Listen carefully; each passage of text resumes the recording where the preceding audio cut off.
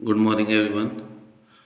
आज हम इस वीडियो में क्लास 9th की थ्योरम करेंगे, चैप्टर 8 की मिड पॉइंट थ्योरम, जो कि बहुत ही इम्पोर्टेंट है बोर्ड क्लास में एग्ज़ाम के लिए, 9th क्लास के फाइनल एग्ज़ाम के लिए।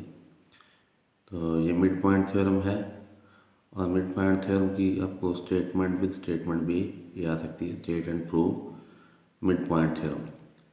तो ये मिड पॉइंट थ्योरम की स्टेटमेंट भी आपको खुद ही लिखनी पड़ेगी। स्टेटमेंट क्या है? Line joining the mid point of any two sides of a triangle is parallel to the third side and half of it. ये इसकी स्टेटमेंट है और स्टेटमेंट के अकॉर्डिंग ही हमने इसको सॉल्व करना है। कि कोई एक ट्रायंगल है तो हमने पहले ट्रायंगल कंस्ट्रक्ट करनी है इसकी।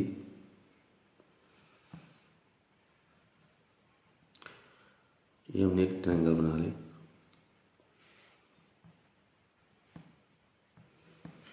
अब स्टेटमेंट में line joining the mid point of any two sides of triangle. Triangle की हमने ये दो साइड कंसिडर कर ली, ए बी और ए सी। इसके मिड पॉइंट ले लिए डी और ई पॉइंट। और क्वेश्चन के अंदर है line joining the mid point of any to side of triangle. ये हमने दो साइड के मिड पॉइंट लिए, उसको हमने ज्वाइन कर दिया, तो ये हमारे पास डी ई बन गई। हमने प्रूव करना है वो थर्ड साइड के पैरेलल है, मतलब D E parallel B C है, एंड हाफ ऑफ इट मतलब इसका हाफ भी है। D E parallel B C prove करना है और D E half of B C prove करना है। तो स्टेटमेंट के अकॉर्डिंग हम इसका गिवन लिखेंगे। तो गिवन क्या लिखना है? Given a triangle A B C in which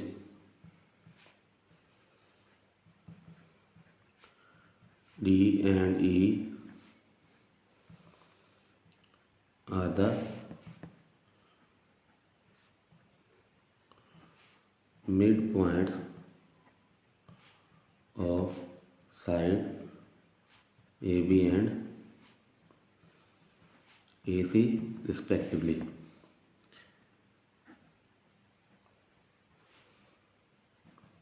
respectively का मतलब क्या है कि जो डी हमने पहले लिखा है वो ए बी का मिड पॉइंट है और ई ए सी का मिड पॉइंट है। उसके बाद हमने टू प्रूव लिखना है। ये हमने प्रूव क्या करना है? टू प्रूव हमने करना है फर्स्ट पार्ट के अंदर डी पैरेलल बी सी, और सेकेंड हमने प्रूव करना है D equal to half of E C. ये दो चीज़ें हमने इसमें थ्योरम के अंदर प्रूव करनी है। तो उसके लिए हमें क्या करना है? कंस्ट्रक्शन करनी है।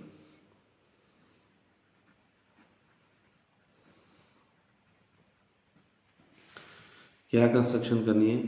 हमने डी को आगे एक्सटेंड करना है। डी को आगे ये ई पॉइंट है, डी को हम आगे एक्सटेंड कर लेंगे एफ तक। डी को आगे एक्सटेंड करना है एफ तक और इस तरह एक्सटेंड करना है कि डी ई एफ के इक्वल हो जाए और सी एफ को ज्वाइन कर देना। तो ये हमने कंस्ट्रक्शन की है। तो हमने यही कंस्ट्रक्शन लिखनी है, extend D E to F such that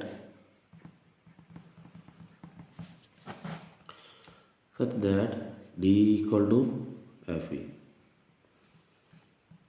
D और FE इक्वल हो जाए, D इक्वल टू FE। ये हमने कंस्ट्रक्शन की है ये दोनों पार्ट्स प्रूव करने के लिए।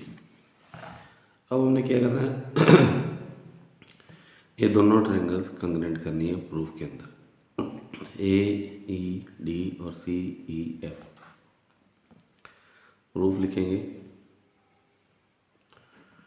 अब ट्रायंगल्स कंक्रीट करनी है हमने ए ई डी, हमने सीक्वेंस ऐसे लिए, यहाँ से सी ई एफ लेंगे। तो यहाँ लिखेंगे in triangle A E D and triangle,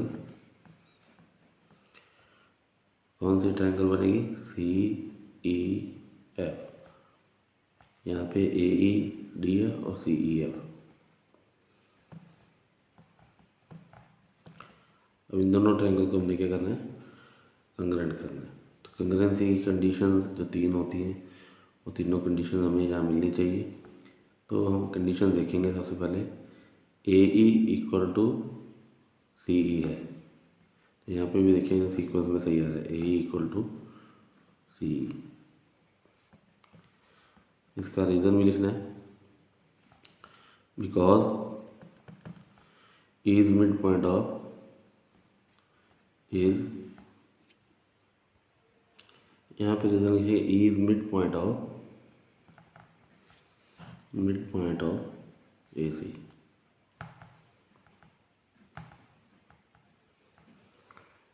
अब दूसरी कंडीशन लेंगे। दूसरी कंडीशन क्या ले सकते हैं कि D E equal to F E, ये बाय कंस्ट्रक्शन हमने किया है, क्वेश्चन के अंदर कंस्ट्रक्शन के अंदर ये हमने इक्वल किए। तो यहाँ लिखेंगे डी ई, पेयर भी दोनों के साइड जो जिधर लिखी है ट्रायंगल्स के नेम उधर ही आने चाहिए। तो ये D E equal to F E by construction लिखेंगे, by construction.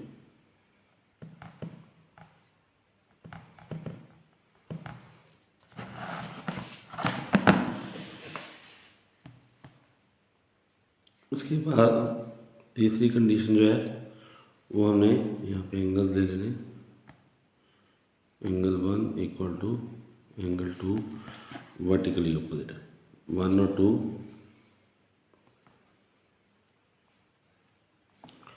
Vertically opposite angle है।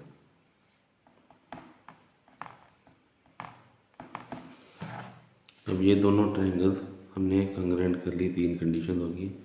ए ई लिए सी के इक्वल, डी ई लिए एफ ई के इक्वल और 1 और 2, ये कंडीशन बन गई हमारे पास साइड एंगल साइड। तो लिखेंगे ट्रायंगल कंग्रेंट है, triangle A E D congruent triangle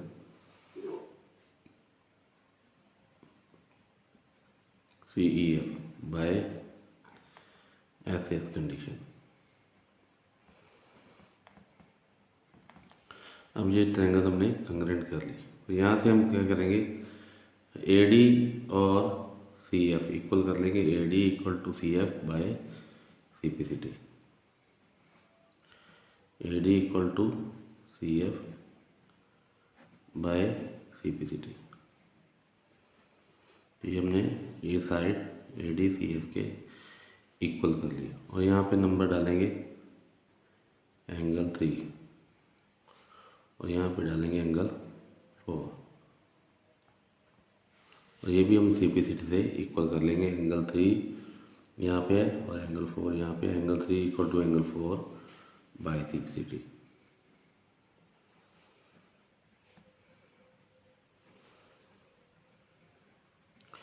अब 3 और 4 हमने इक्वल किए हैं, तो ये एक तरह से अल्टरनेट एंगल है कि ये जेड की फॉर्म है।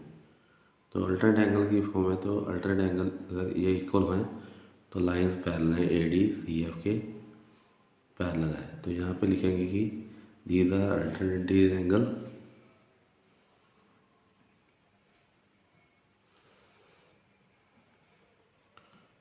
these are alternate interior angle.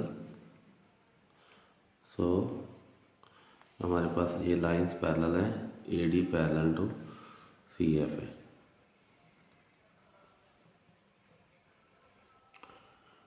तो ये अगर ए डी हमने पैरेलल की है सी एफ के, तो ये B D sorry D B भी पैरेलल होगी सी एफ के पार्ट ऑफ पैरेलल लाइन। तो यहाँ पे लिखेंगे हम, सो डी बी पैरेलल भी सी एफ होगी by part of parallel line.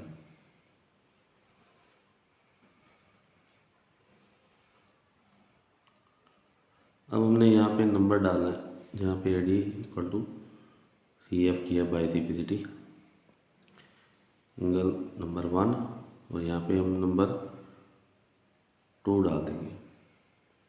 इनको यूज़ करेंगे बाद में। अब हमने ये कर दिया कि ये पैरेलल है, DB और CF पैरेलल है, और हमने ये पैरेलल कर दिया DB CF के पैरेलल है, और AD और DB भी इक्वल हैं क्योंकि D मिड पॉइंट है। AD इक्वल टू DB है बिकॉज D मिड पॉइंट है, because D is mid point of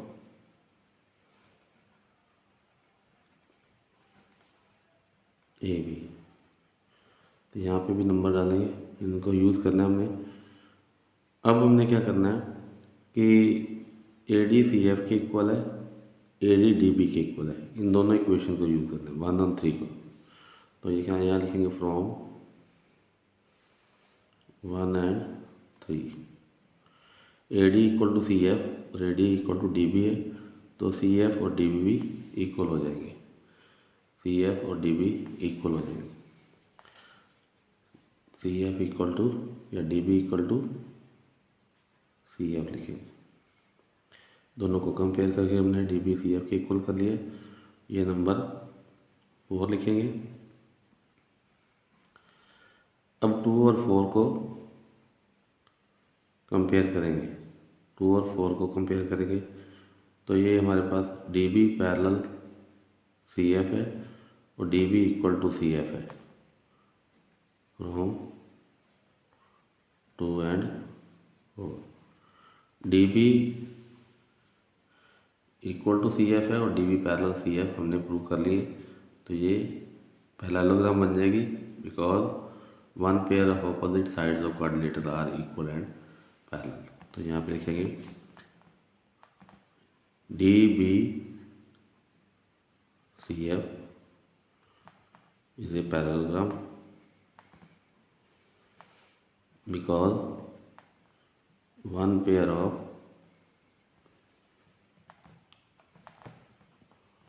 opposite side of quadrilateral are equal and parallel।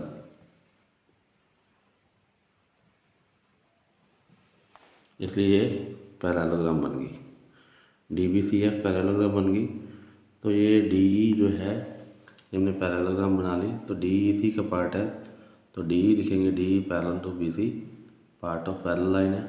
तो ये हमने फर्स्ट पार्ट में DE parallel to BC prove करना था, तो ये फर्स्ट पार्ट प्रूव हो जाएगा। तो यहाँ लिखेंगे so DE parallel to BC part of parallel line.